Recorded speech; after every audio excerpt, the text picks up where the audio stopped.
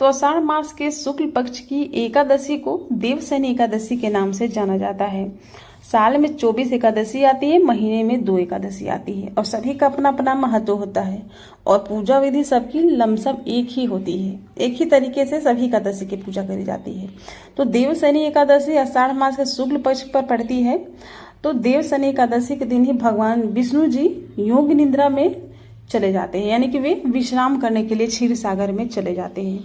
और जब वे विश्राम करने जाते हैं तो अपना जो कार्यभार होता है, मतलब कि उनके प्रति जो जिम्मेवारी होती है, वे अपना कार्यभार भगवान शिव जी को समर्पित करके चले जाते हैं। 4 महीने के लिए योग निद्रा में जाते हैं भगवान विष्णु जी। तो 4 महीने तक भगवान शिव जी उनके कार्यभार को, यानी कि सृष्टि के जो संचालक होते हैं, शिव जी संभालते हैं।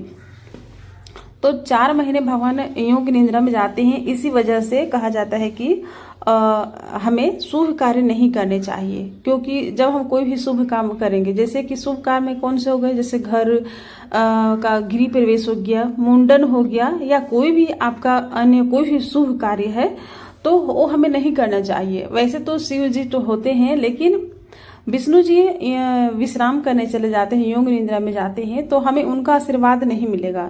जब हम कोई काम करते हैं तो भगवान की पूजा करते हैं, उनको आशीर्वाद लेते हैं, तो शिव जी का आशीर्वाद तो मिल जाएगा, लेकिन विष्णु जी का आशीर्वाद नहीं मिल पाएगा। इसीलिए हमें ये 4 महीने में हमें कोई भी शुभ कार्य नहीं करने चाहिए। तो देवशयनी एकादशी से लेकर के और दी उठनी एकादशी तक हमें कोई भी शुभ कार्य नहीं करना है। लेकिन जो कार्य पहले से होते आ रहा है वो आप कार्य कर सकते हैं। जैसे कि आपका घर पहले से बनते आ रहा है, घर बनाना चालू रखिए, इसे बंद मत कीजिए। मतलब कि हमें शुभ काम की शुरुआत नहीं करनी है और इन महीने में हमें विवाह भी नहीं करने चाहिए।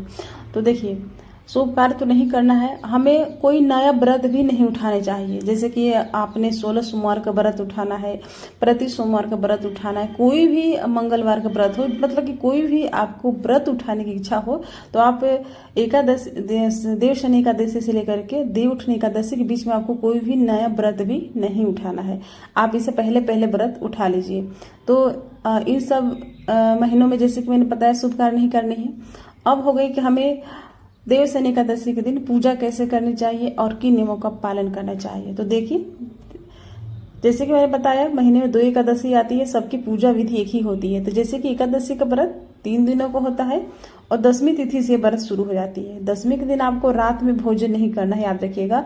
और 10वीं के दिन आपको चावल नहीं खाना है, रात में भोजन नहीं करना है, दिन में भोजन कर सकते हैं, लेकिन बिना लहसुन प्याज वाला शुद्ध सात्विक भोजन। और जिस बर्तन में मांस बना हो उस बर्तन में भोजन बनाकर आपको नहीं खाना है। याद रखना है कि 10वीं के दिन भी आपका व्रत ही है। उसके बाद एकादशी आ गई, पूजा करनी है। पूजा करने के बाद आपको दूसरे दिन अपने व्रत का पारण करना है। पारण के दिन में आपको क्या करना है, जिस बर्तन में मांस बना है उस बर्तन में भोजन नहीं बनाकर खाना है, कांसे के बर्तन में भोजन नहीं करना है, बिना तेल और बिना लहसुन प्याज वाला भोजन करना है। और द्वादशी, यानी कि जिस दिन पारण करते हैं उस दिन भी आपको एक समय भोजन करना है। अगर आप रात्रि में भोजन कर लेते हैं तो आपको दिन में नहीं करनी है।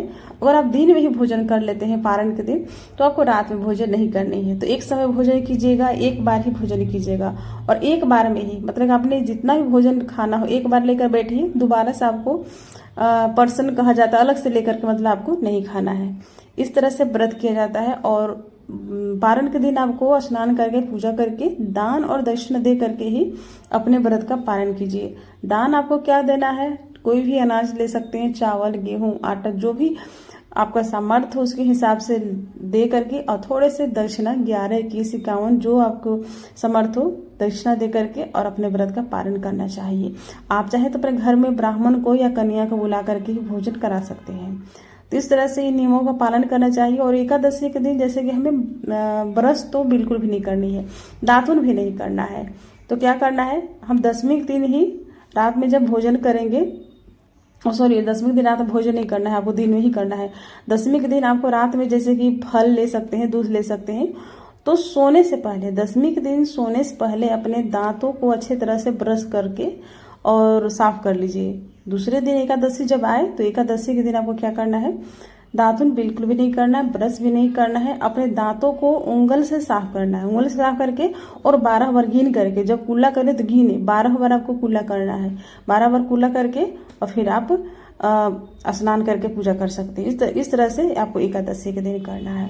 दातुन बिल्कुल भी नहीं करना, और किसी भी पेड़ के पत्ते को नहीं तोड़ना है। कोई भी पेड़ का पत्ता, तुलसी से लेकर के कोई भी पत्ता आपको नहीं तोड़ना है, इस बात का भी ध्यान रखिएगा। और दसवीं के दिन जैसे कि मैंने बताया कि सोने से पहले आपको ब्रश करना है, तो आपको ब्रश बिल्कुल न्यू चाहिए, या फिर आप दातुन कीजिएगा। जो पहले से ब्रश करते आ रहे हैं पुराने वाले, उसे बिल्कुल भी नहीं करना है। तो इस तरह से हमें इन नियमों का पालन करते हुए एकादशी का व्रत करना चाहिए। अब आइए हम जानते हैं कि इस वर्ष 2024 में देवशयनी एकादशी कब है, और तिथि कब शुरू हो रही है, कब इसकी समाप्ति हो रही है, और पारण का समय क्या है।